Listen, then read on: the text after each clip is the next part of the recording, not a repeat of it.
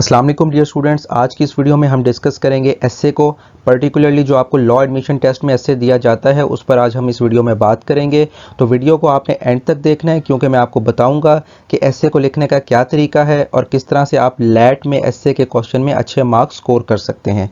और साथ ही साथ वीडियो के आखिर में मैं आपके साथ एसए के कुछ इंपॉर्टेंट टॉपिक्स के हवाले से भी बात करूँगा। अब डियर स्टूडेंट्स, एसए पर आने से पहले मैं आपसे दो तीन चीज़ें बहुत इंपॉर्टेंट डिस्कस करना चाहता हूं।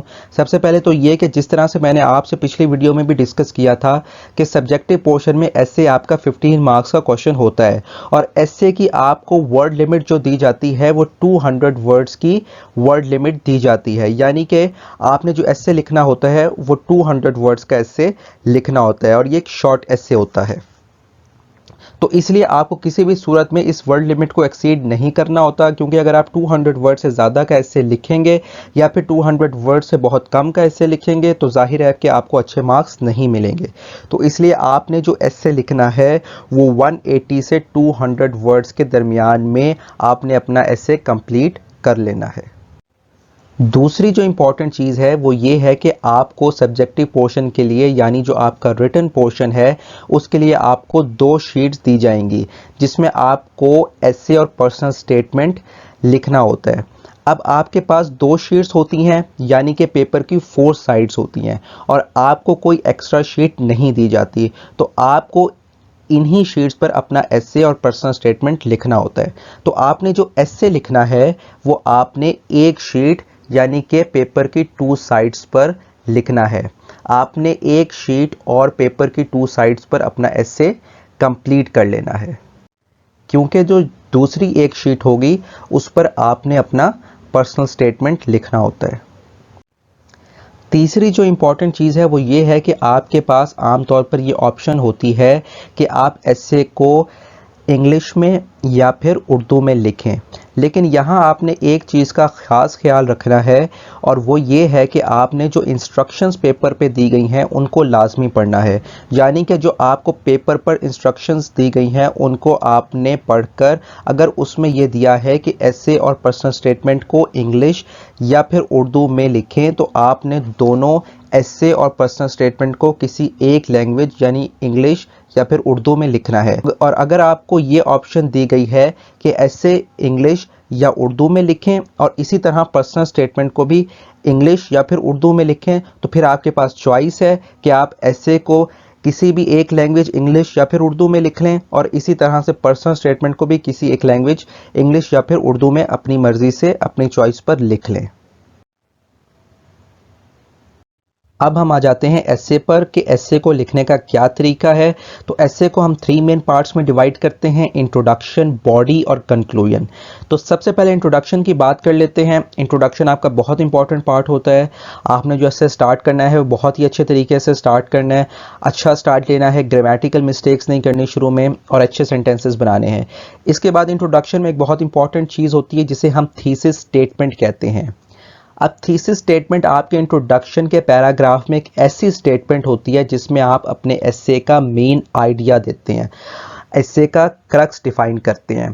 तो आप अपने इंट्रोडक्शन में एक ऐसा सेंटेंस लिखते हैं जिसमें आप जो एस्से में लिखने जा रहे होते हैं उसको आप डिफाइन करते हैं। आपका जो एस्से होता है उसका आप मेन आइडिया जो है वो लिखते हैं, ताकि आपका जो रीडर है या जो आपका एग्जामिनर है वो जब आपका इंट्रोडक्शन पढ़े और थीसिस स्टेटमेंट पढ़े तो उसको पता लग जाए कि आप अपने एस्से में किन चीज़ों को कवर करेंगे और आपका एस्से जो है उसमें आप क्या लिखने जा रहे हैं।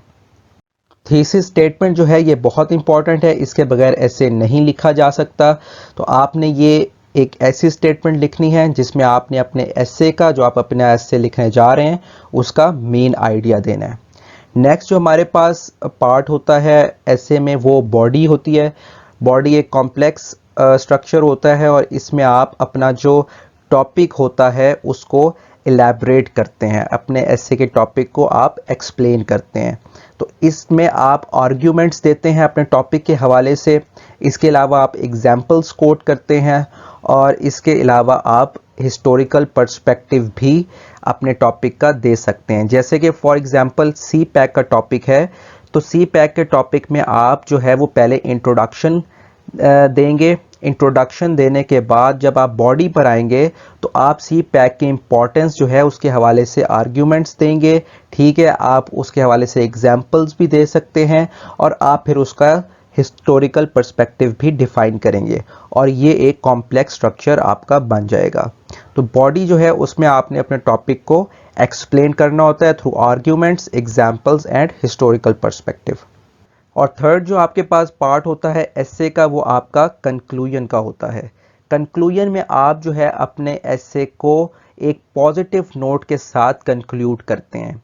आपने एक प्रॉब्लम से अपना एसे स्टार्ट किया, जैसे फॉर एग्जांपल चाइल्ड लेबर है, तो चाइल्ड लेबर एक प्रॉब्लम है, आपने इंट्रोडक्शन में उस प्रॉब्लम को डिफाइन किया, बॉडी में आपने उस प्रॉब्लम को एक्सप्लेन किया, लेकिन जब आप कंक्लूजन पे आएंगे तो फिर आप कुछ रिकमेंडेशंस के साथ, कुछ सॉल्यूशंस के साथ एक पॉजिटिव नोट पर अपना एसे जो है वो एंड करेंगे।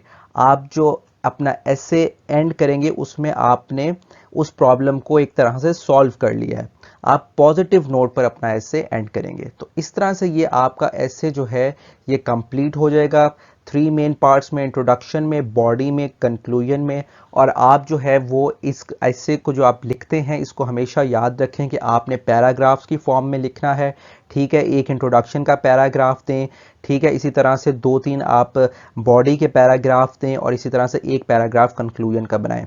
अब क्योंकि आपका जो एसे है ये आपका जो लॉ एडमिशन टेस्ट में आता है एक शॉर्ट एसे और 200 वर्ड्स इसकी वर्ड लिमिट दी गई है, तो आपने इसको अपनी आसानी के लिए कि आप वर्ड लिमिट के अंदर ही इस एसे को कंप्लीट करें, तो आपने ये करना है कि आपने जो इंट्रोडक्शन है वो आपने 50 वर्ड्स का लिखना है। इस तरह से जो बॉडी है उसको आपने 150 वर्ड्स पे डिवाइड कर लेना है, मतलब 150 वर्ड्स का आपने बॉडी जो है वो लिखना है और जो कंक्लूजन है वो भी इसी तरह से 50 वर्ड्स का लिखना है। तो इस तरह से आपके 200 वर्ड्स कंप्लीट हो जाएंगे।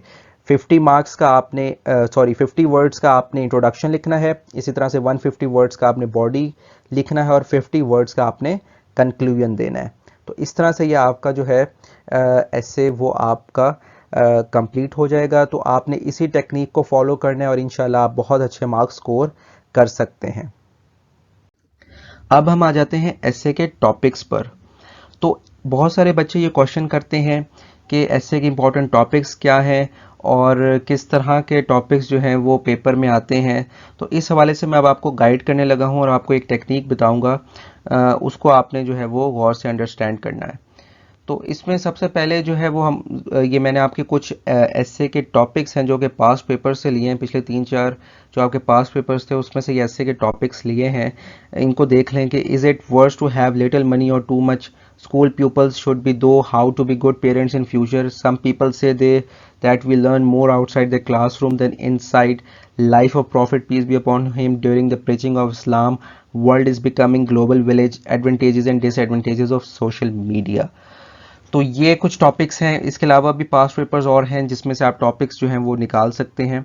तो आपने करना क्या है कि आपने इन टॉपिक्स को एक दफ़ा इनका ओवरव्यू लेना है, इनको आपने गो थ्रू करना है, ठीक है। आपने इन टॉपिक्स को स्टडी करना है, चाहे बुक से कर लें या इंटरनेट से हेल्प ले लें, आपने इन तमाम टॉपिक्स को स्टडी करना है। उसके आपको 2 फ़ायदे होंगे। सबसे पहले तो ये कि आपको ये पता लग जाएगा कि आपके एसे में किस तरह के टॉपिक्स आते हैं, आपको ये पता लग जाएगा कि किस नोयत के, किस नेचर के टॉपिक्स आपके एसे में, आपको लॉ एडमिशन टेस्ट के एसे में दिए जाते हैं। और दूसरा जो आपको इम्पोर्टेंट जो इसका बेनिफिट होगा वो ये होगा कि अगर इनसे कोई मिलता जुलता कोई एसे का टॉपिक आ जाता है आपके पेपर में, तो आपके पास क्योंकि मटेरियल होगा, आपने स्टडी किया हुआ होगा, तो आप उसको ईजिली अटेम्प्ट कर सकेंगे। अब for example advantages and disadvantages of social media का टॉपिक है। मीडिया वैसे ही एक जो है वो हॉट टॉपिक है, सोशल मीडिया भी एक हॉट टॉपिक है। तो अगर मीडिया या सोशल मीडिया से रिलेटेड आपके पास कोई इसी से मिलता जुलता कोई टॉपिक आ जाता है, जैसे for example media misleads the message, अगर ये टॉपिक आ जाता है तो डेफिनेटली आपके पास मटेरियल होगा, आपने इसको स्टडी किया हुआ होगा, तो आप वहाँ पर इसको अटेम्प्ट कर सकेंगे। और इसी तरह से अगर आपके पास life of prophet peace be upon him या prophet peace be upon him के हवाले से कोई टॉपिक आ जाता है तो आप उसको भी अटेम्प्ट कर सकेंगे क्योंकि आपने स्टडी किया हुआ होगा। तो इस तरह से आपने इस टेक्निक को यूज़ करते हुए आपने अपने एसे के टॉपिक्स को देखना है। तो ये सारा जो था हमारा आज एसे के हवाले से हमने डिस्कशन की, और मैंने आपको सारा बताया कि एसे में हम किन चीज़ों का हमें जो है वो ख्याल रखना पड़ता है एसे को लिखते हुए, और इसका एसे का स्ट्रक्चर क्या होता है, और last but not the least मैंने आपको बताया कि एसे के इन टॉपिक्स जो हैं उनको आपने किस तरह से प्रिपेयर करना है। तो ये आज हमारा एसे का जो है वो टॉपिक यहाँ पर आज कंक्लूड हो गया। इंशाल्लाह नेक्स्ट वीडियो में हम जो है वो पर्सनल स्टेटमेंट के हवाले से डिस्कशन करेंगे। और अगर आप लॉ एडमिशन टेस्ट की प्रिपरेशन करना चाहते हैं तो जूरिस प्रिपरेशंस के प्लेटफॉर्म से आप लॉ एडमिशन टेस्ट की ऑनलाइन प्रिपरेशन कर सकते हैं। लॉ एडमिशन टेस्ट की प्रिपरेशन के लिए जूरिस प्रिपरेशंस आपको ऑफर करता है ऑनलाइन क्लासेस, जिसमें आपको तमाम सब्जेक्ट्स की ऑनलाइन क्लासेस दी जाएंगी और आपको प्रॉपर्ली गाइड किया जाएगा। इसके अलावा आपको रिकॉर्डेड फॉर्म में लेक्चर्स भी प्रोवाइड किए जाएंगे। क्वेश्चन एंड आंसर सेशंस होंगे, जिसमें अगर आपके कोई क्वेश्चंस होंगे या कोई क्यूरीज होंगी तो उनके आंसर्स दिए जाएंगे। इसी के साथ हेल्पिंग मटेरियल यानी कि नोट्स आपको प्रोवाइड किए जाएंगे in the form of MCQs. Past papers solve form में पास्ट पेपर्स आपको प्रोवाइड किए जाएंगे, और last but not the least weekly test जो हैं वो कंडक्ट करवाए जाएंगे।